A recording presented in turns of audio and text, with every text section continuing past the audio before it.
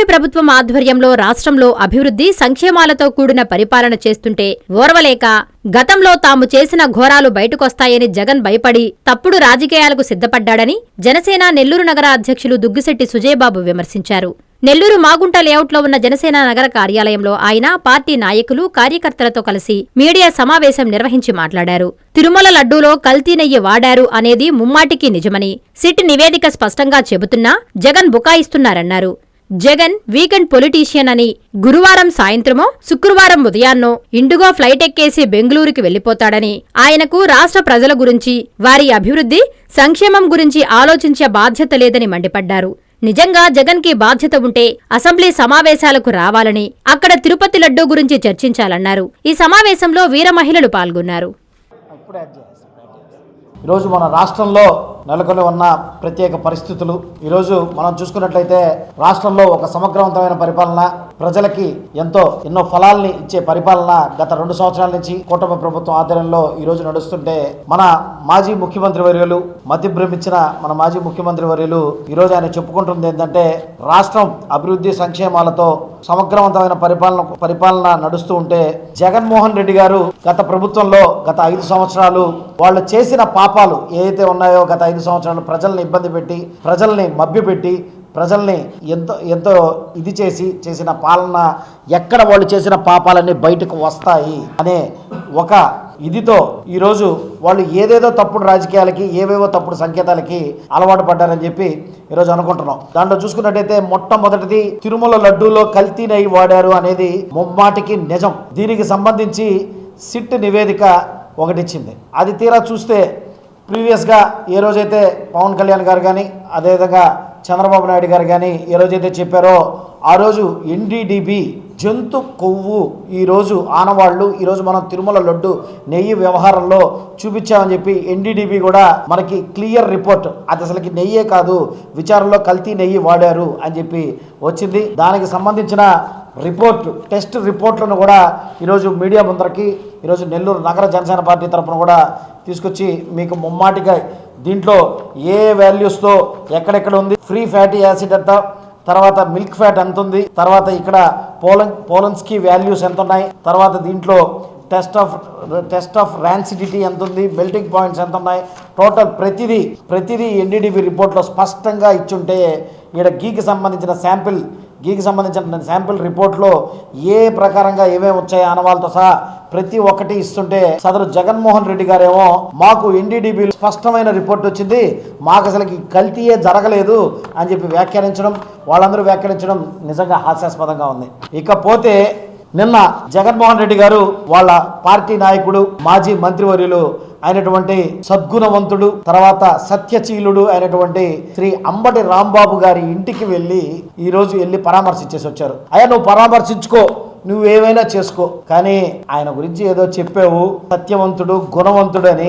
ఆ సత్యవంతుడు గురించి గుణవంతుడు గురించి మేము ఎవరిని అడగాలో చెప్తే మేము తెలుసుకుంటామయ్యా. సంజయ్ని అడగాల, సుజన్ని అడగాల, ఎవరిని అడగాలో కూడా కొంచెం చెప్పయ్యా. జగన్మోహన్ రెడ్డికి పేరు మార్చారండి. జగన్మోహన్ రెడ్డి పేరు లెవన్ మోహన్ రెడ్డి అని చెప్పి మార్చారు. ఎందుకంటే 2024 సంవత్సరంలో నువ్వు ఎంత గొప్ప విజయం సాధించావో ఆ నెంబర్తో లెవన్ మోహన్ రెడ్డిగా మిగిలిన నీకు 1 మోహన్ రెడ్డిగా మారే రోజులు కూడా అతి త్వరలో ఉన్నాయని చెప్పి ప్రజలు అనుకుంటున్నారు.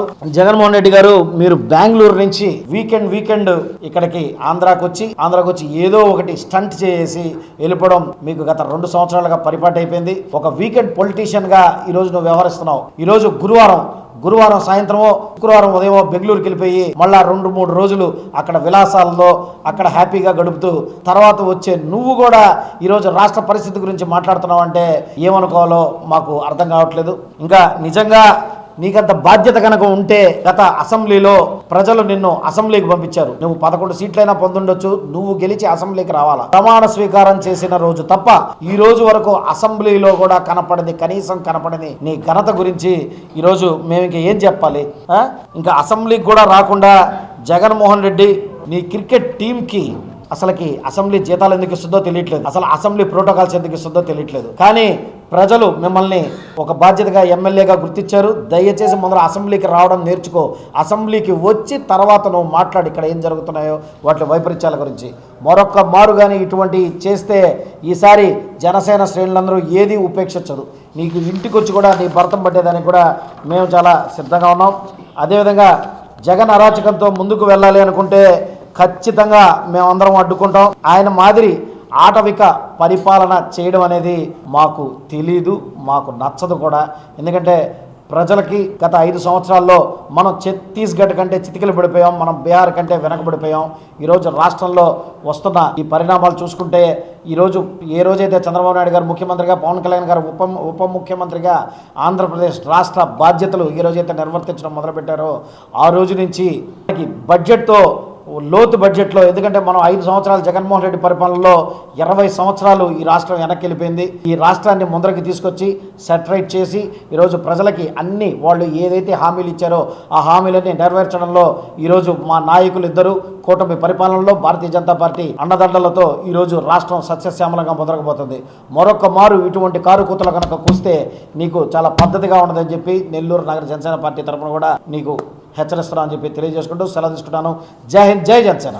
రాంబాబుకి సపోర్ట్ చేస్తూ పిచ్చి పిచ్చి మాట్లాడుతూ ఎర్రి చూపులు చూస్తూ అతనికి సపోర్ట్గా మాట్లాడుతుంటే నవ్వొస్తుంది. అతన్ని సన్మానం చేయాలి, శాల్వాలు కప్పాలి, అతన్ని పూలమాలలు వేయాలి అని చెప్పి పొగడాలి అని చెప్పి మాట్లాడుతున్నాడు. ఎందుకు నాయన, ఎందుకు పొగడాలి?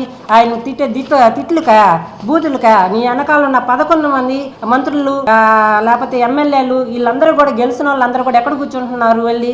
అసలు నువ్వెందుకు అసెంబ్లీకి వెళ్ళి ప్రశ్నించలేకపోతున్నావు? తిరుపతి లడ్డులో అపవాదం జరిగింది. ఈ కోట్ల ప్రజలు ఈ ప్రసాదాన్ని దీన్ని అపవిత్రం అయిపోయారని మా పవన్ కళ్యాణ్ గారు దీక్ష చేస్తే ఆ దీక్షను తప్పుపడుతూ మీరు మాట్లాడిన మాటలు జనాలని నిజంగానే సిగ్గుతో తలదించుకునే విధంగా చేస్తున్నాయి. అంత వెరిపప్ప.